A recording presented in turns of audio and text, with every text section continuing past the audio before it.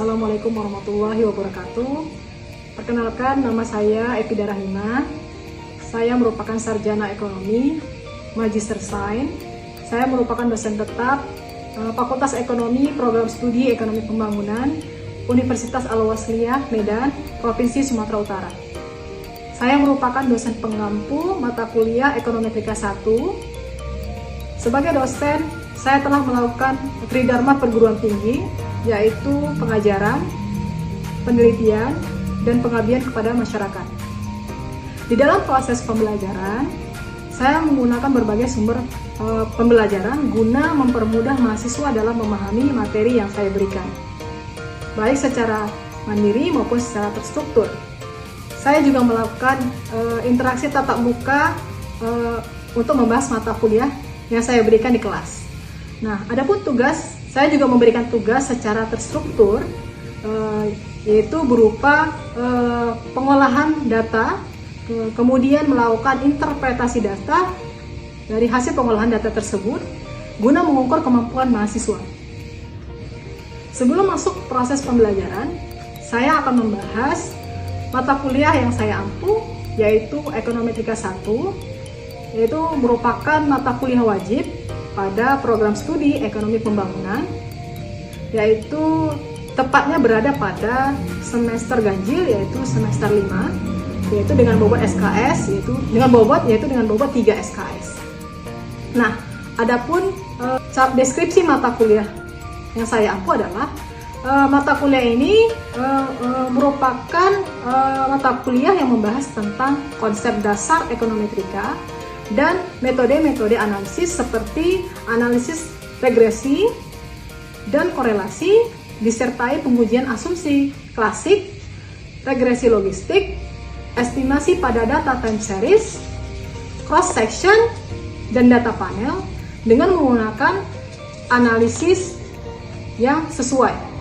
Adapun tujuan mata kuliah yaitu mahasiswa mampu menginterpretasikan, menganalisis, dan mengimplementasikan hasil pengolahan data dengan jelas, tepat, dan kritis, baik secara individu maupun secara berkelompok.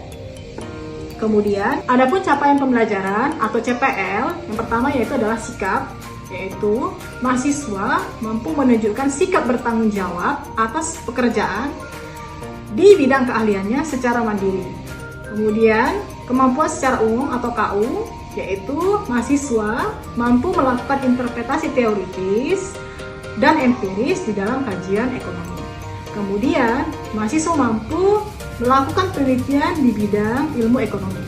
Kemudian, adapun kemampuan khusus, yaitu mahasiswa mampu menunjukkan sikap bertanggung jawab atas pekerjaan di bidang keahlian secara mandiri. Nah, kemudian adapun penguasaan pengetahuan atau PP, yaitu mahasiswa menguasai pemahaman baik tentang perkembangan teori ekonomi. Kemudian mahasiswa menguasai cara penyajian hasil penelitian berbasis teori ekonomi, konsep, terminologi, dan metode yang tepat. Adapun capaian mata kuliah yaitu mahasiswa mampu mengidentifikasi menggunakan ekonometrika dalam analisis data. Kemudian, mahasiswa mampu mengaplikasikan alat analisis dalam pengambilan keputusan dan kesimpulan. Kemudian, mahasiswa mampu menginterpretasikan hasil penelitian dan merumuskan kebijakan ekonomi yang dapat diambil berdasarkan data empiris yang diolah menggunakan ekonometrika. Adapun literatur review yang saya gunakan dalam mendukung proses pembelajaran saya di kelas, yaitu yang pertama yaitu menggunakan berbagai buku, sumber buku, kemudian menggunakan artikel atau jurnal, kemudian menggunakan beberapa contoh studi kasus. Adapun metode pengajaran yang saya terapkan adalah metode Student Learning Center atau SCL, menggunakan ceramah, diskusi kelompok, tinjauan pustaka, presentasi, dan partisipasi. Kemudian adapun proses penilaian yang saya gunakan yaitu dengan cara yang pertama adalah kehadiran itu dengan bobot 10%, tugas dengan bobot 20%, UTS dengan bobot 30%, UAS dengan bobot 40%. Demikianlah proses pembelajaran dan penilaian yang saya gunakan. Berikut adalah video pembelajaran tatap muka bersama mahasiswa. Selamat menyaksikan. Assalamualaikum warahmatullahi wabarakatuh. Waalaikumsalam warahmatullahi wabarakatuh. Sehat semua? Sehat. Ya, sehat semua nih? Sehat. Oke, baik, kita berjumpa kembali pada hari ini untuk pertemuan kita bertanya untuk perkuliahan Ekonometrik 1. Minggu lalu Ibu ada ngasih tugas ya? Interpretasi hasil pengolahan data. Nah, materi kita hari ini adalah interpretasi hasil regresi berganda melalui MVS. Oke. Sebelum kita mulai perkuliahan kita hari ini, alangkah baiknya kita berdoa. Kemudian kita lanjutkan dengan presensi. Menurut kepercayaan dan keyakinan masing-masing, doa dimulai. Doa selesai. Oke, karena sudah berdoa, maka kita lanjutkan dengan presensi. Kita mulai ya. Perdi Eka Nugroho. Rati Kumalasari. Andini. Oke. Ya. Oke, karena sudah melakukan presensi, oke, kita masuk pada topik kita, yaitu interpretasi hasil regresi berganda melalui MVS. Oke, sebelum kita mulai masuk pada materi kita hari ini, alangkah baiknya kita mereview materi kita minggu lalu. Oke, minggu lalu kita belajar masalah korelasi. Ternyata kalau kita ingin mengolah data, itu tidak hanya cukup dengan adanya korelasi. Perlu adanya regresi. Ada yang bisa jawab, kenapa kita perlu regresi? Kenapa tidak hanya menggunakan korelasi? Ada yang bisa jawab? Tapi untuk mengetahui hubungannya hubungan, pengaruh atau hubungan? Pengaruh. Nah, kenapa kita tidak akan cukup dengan korelasi? Tidak hanya dengan menganalisis data, tidak cukup hanya dengan menggunakan korelasi. Kenapa kita harus menggunakan regresi? Minggu lalu kita udah belajar ya. Apa itu korelasi? Korelasi semu itu apa? Kenapa kita harus menganalisis data itu menggunakan regresi? Kenapa tidak hanya menggunakan korelasi? Karena apa? Karena adanya apa? Korelasi semu. Ada yang bisa jawab? Apa itu korelasi semu? Korelasi semu itu hubungan antara dua variabel tampak signifikan, maksudnya apabila dia diuji besarnya kebakaran dengan petugasnya. Nah, semakin besar kebakaran, maka kan kerusakannya semakin besar. Nah, hal tersebut bukan disebabkan karena petugasnya, tapi dari besar kebakaran tersebut. Apa simbol dari korelasi? R. Oke ya. Materi sebelumnya kita belajar masalah korelasi semu ya. Correlation question. Kondisi di mana nilai R itu diketahui dua variabel memiliki hubungan, tetapi dalam kenyataannya tidak ada hubungan. Itu namanya korelasi semu. Ada yang bisa bantu Ibu buat persamaannya?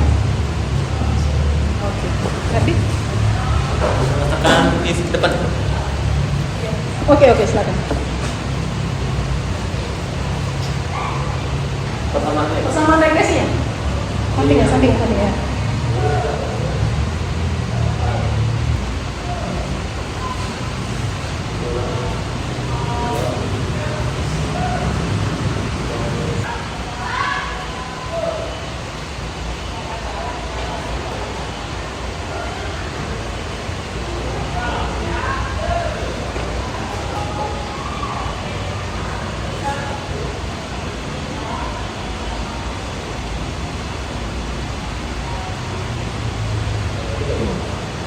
Ada yang salah atau ada yang ingin mengkoreksi? Raise your hand. Angkat tangan. Saya lupa. Bantu teman. Cari dulu.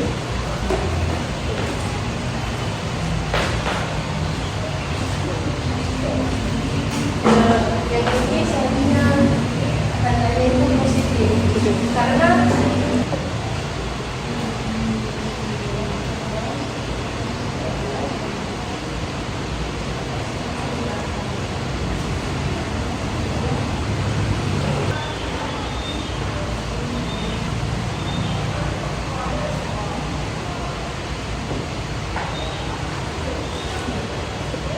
Ada yang ingin koreksi? Ada yang ingin koreksi? Mana benar? Pasangan 1 sama pasangan 2. Yang mana yang benar? Ada yang koreksi coba. Ada yang koreksi? Nah, coba. Yang benar itu yang nomor 1. Nah, Karena di situ angkanya negatif. Yang kedua itu yang di dua itu kan di ekspor juga angkanya negatif, minus 6. Terus yang terakhir 0,01. atau bawah ya? Iya, 0,1. Iya, itu yang pas Bu. Jadi yang benar yang atas Yang atas ya. tadi. Oke. Ada yang bisa bantu saya? Apa maksud angka-angka ini?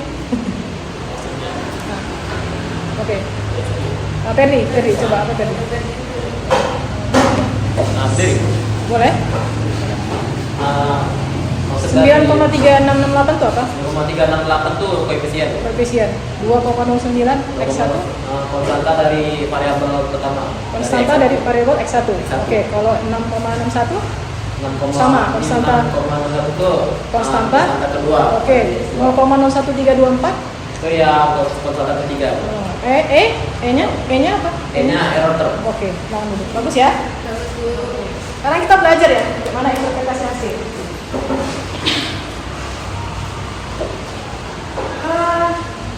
Ini kalau misalnya ini 0, berarti konstantanya sama dengan 9 sama 3368. Nah, sekarang kita bahas yang ini. Kita bahas ini. Variabel ini tadi variabel ini-nya apa? Ini apa? Coba. I-nya Y-nya apa? inflasi. Inflasi. X1-nya apa? Job. JUB. JUD. Jumlah uang beredar. Uang beredar.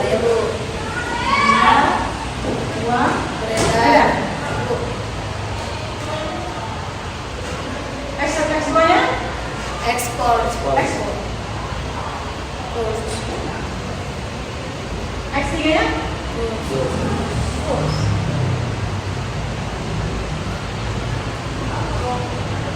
Inflasi contohnya? Set. Jumlah beredar? Juta rupiah tuh. Hah? Juta. Juta ya. Kalau ekspor? Juta juga. Juta. Kalau kurs? Terus kalau ekspor itu dia bernilai negatif juga bro. Ya. Nah, berarti dia setiap kenaikan ekspor jumlahnya 1 juta, berarti akan mengurangi nilai inflasi sebesar 6%, 6,61%. Selanjutnya, kalau yang variabel X3? Kalau X3? Variabel X3-nya Positif, nilainya positif, arahnya positif. Apa tuh? berarti setiap kenaikan dari kurs sebanyak satu rupiah gitu ya, Rupiah. berarti akan menaikkan inflasi sebanyak 0,01324%. Bagus ya. Paham ya? Paham ya? Jadi kalau misalnya ada tugas, misalnya kita buat tugas skripsi kalau kita menginterpretasi hasil, berarti cara bacanya harus menggunakan satuan. Jangan bacanya misalnya jika variabel X1 meningkat satu satuan atau meningkatkan Y1 sebesar satu satuan. Jangan kayak gitu lagi bacanya. Bacanya harus pakai satuan dalam data. Di sini R square itu R square itu R korelasinya apa? Korelasinya apa? Tadi korelasi simbolnya apa? R. Mana ya? S square, adjusted S square apa tuh?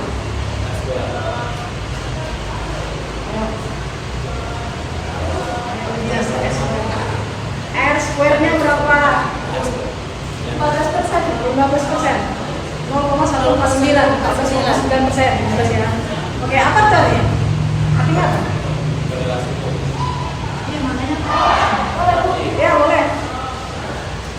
Berdasarkan dari data square, dia mempengaruhi. Jadi dari variabel X1, X2, dan X3 itu hanya mempengaruhi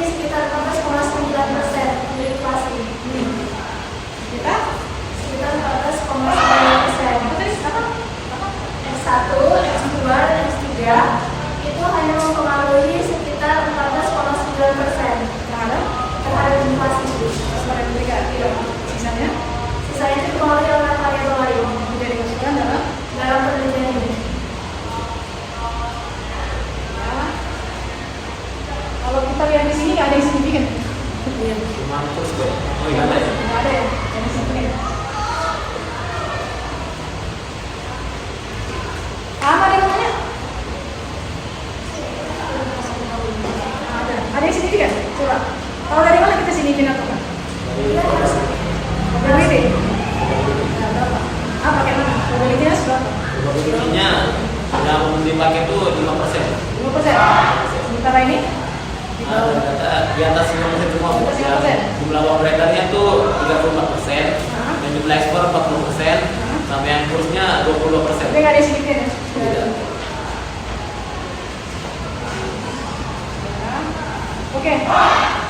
Tapi udah paham ya? Berarti tugas lain bisa kita interpretasi yang masing-masing kelompok. Sekarang tinggal tugas kalian untuk menginterpretasi pengolahan data. Nanti dipresentasikan satu-satu ke depan per kelompok masing-masing kelompok. Oke. Coba bentuk masing-masing kelompok lah.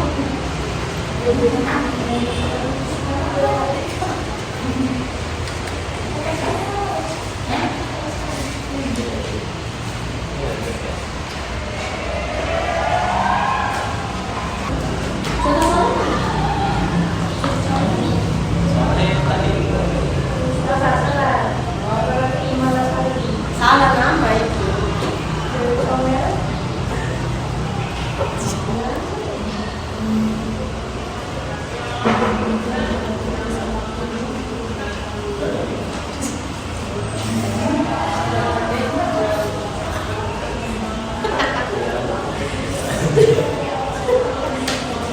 Ini memang ini benar ya? ya.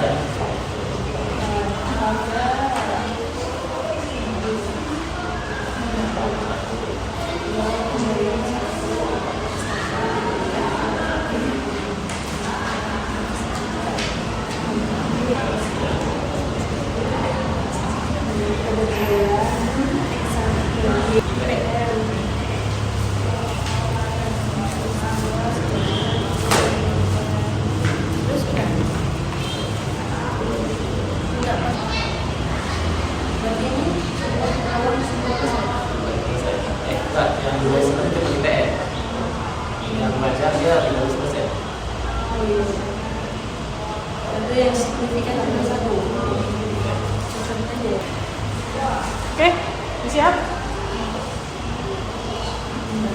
Oke. Karena udah selesai interpretasi hasil masing-masing kelompok. Oke, mana ini kelompok satu?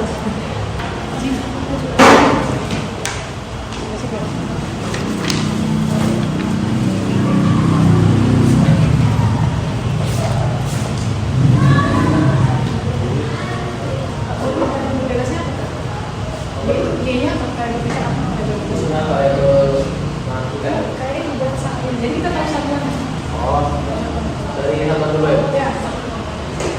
Ke atas sih, ke atas.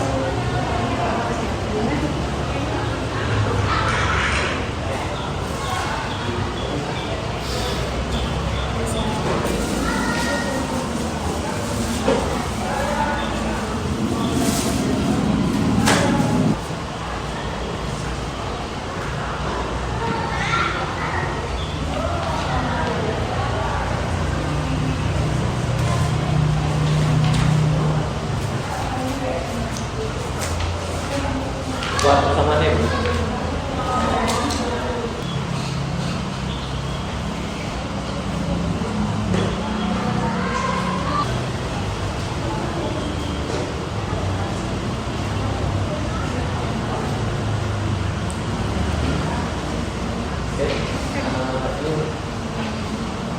Ini hasil regresi dari datanya. Saya akan interpretasi hasilnya. Jadi saya akan jelaskan. Y-nya di sini adalah variabel terikat, yaitu tingkat penganggurannya. Satuannya itu persen. Lalu X1-nya itu indeks pembangunan manusia. Itu satuannya skala dari 1 sampai 100. Lalu yang X2-nya itu UMR, satuannya juta rupiah. Di sini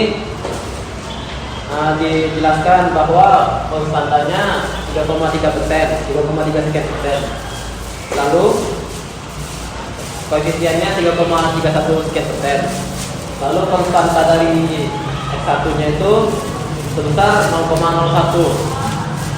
Berarti dia bernilai positif terhadap variabel tingkat. Berarti setiap kenaikan 1% dari indeks pembangunan manusia, maksud saya ulangi, setiap kenaikan satu skala dari indeks pembangunan manusia akan bernilai positif sebanyak 0,01% dari tingkat pengangguran terbuka.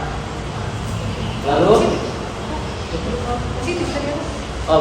Hubungannya apa?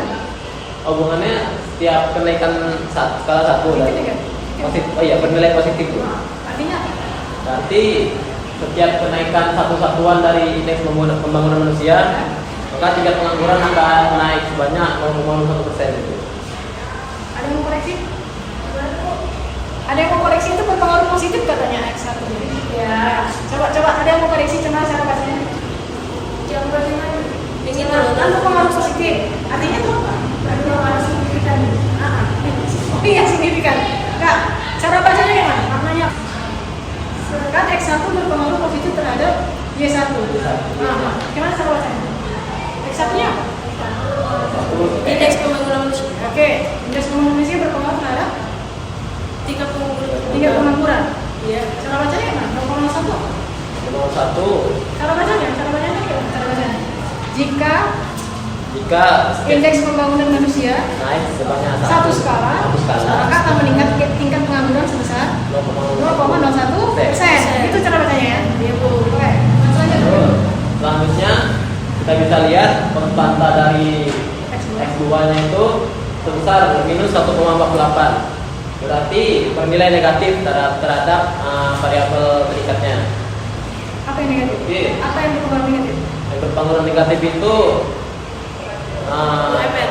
UMR Berpengaruh negatif terhadap tingkat pengangguran. Oke. Berarti setiap kenaikan dari upah minimum UMR sebanyak 1 juta, maka akan mengurangi tingkat pengangguran sebesar 1,48%. Oke.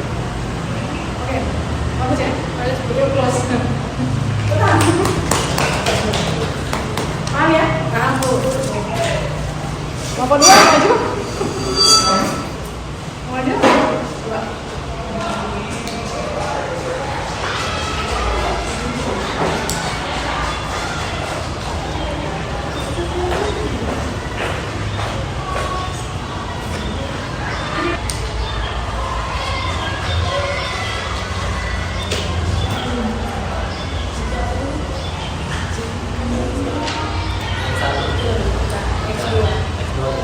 Kan satuannya juta rupiah. Nanti setiap kenaikan 1 juta rupiah akan mengurangi tingkat pengangguran sebesar 1,48. Ini negatif.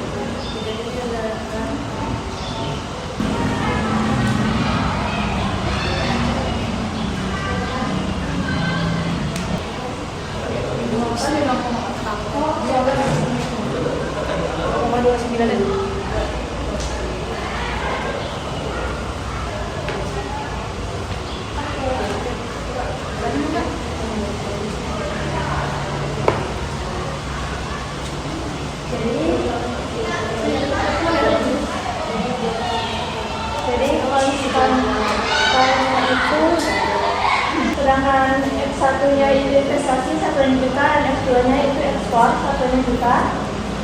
Referensinya dia sanggana nomor B1 X1 nomor B2 X2 nomor D. Jadi dia sanggana 2,29,3,45 dikurangi 2,2. Ada yang salah? Ada yang salah? Ada yang kesamaan? Ada yang kurang nggak? Ada yang kesamaan kakak ini ada yang kurang nggak? Coba. X-nya Bu. X-nya. Coba, mulai nggak? X1, X2 yang mana? 3,45 X1. Oh iya, maaf ya. Ya. Iya. Ini ya. Ya. Jadi setiap Kak, ini dulu S1 itu berpengaruh negatif atau berpengaruh positif? F1-nya berpengaruh positif terhadap variabel Y. Keduanya. Sedangkan yang keduanya itu berpengaruh negatif terhadap variabel Y. Interpretasi hasilnya? Cara bacanya? Jadi cara bacanya setiap kenaikan 3,45 juta itu mempengaruhi setiap 3,45 juta investasi itu mempengaruhi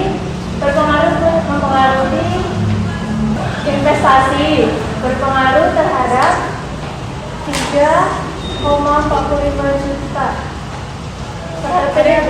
Ada yang mau koreksi? Nanti dulu,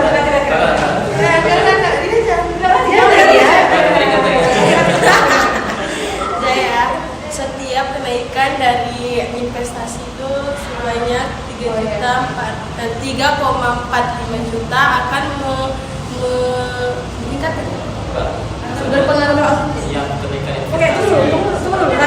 Hati dulu. Itu tadi. Hasil cara bacanya gitu? Enggak, Bu. Paham ya? Lu kakak aja kan? Oh, paham ya? Bagus ya? Bagus ya? Apa tadi? Setiap kenaikan 1 juta dari investasi maka akan akan menaikkan 3,45 juta investasi PDB. 3,45 juta PDB. PDB. Oh, oke.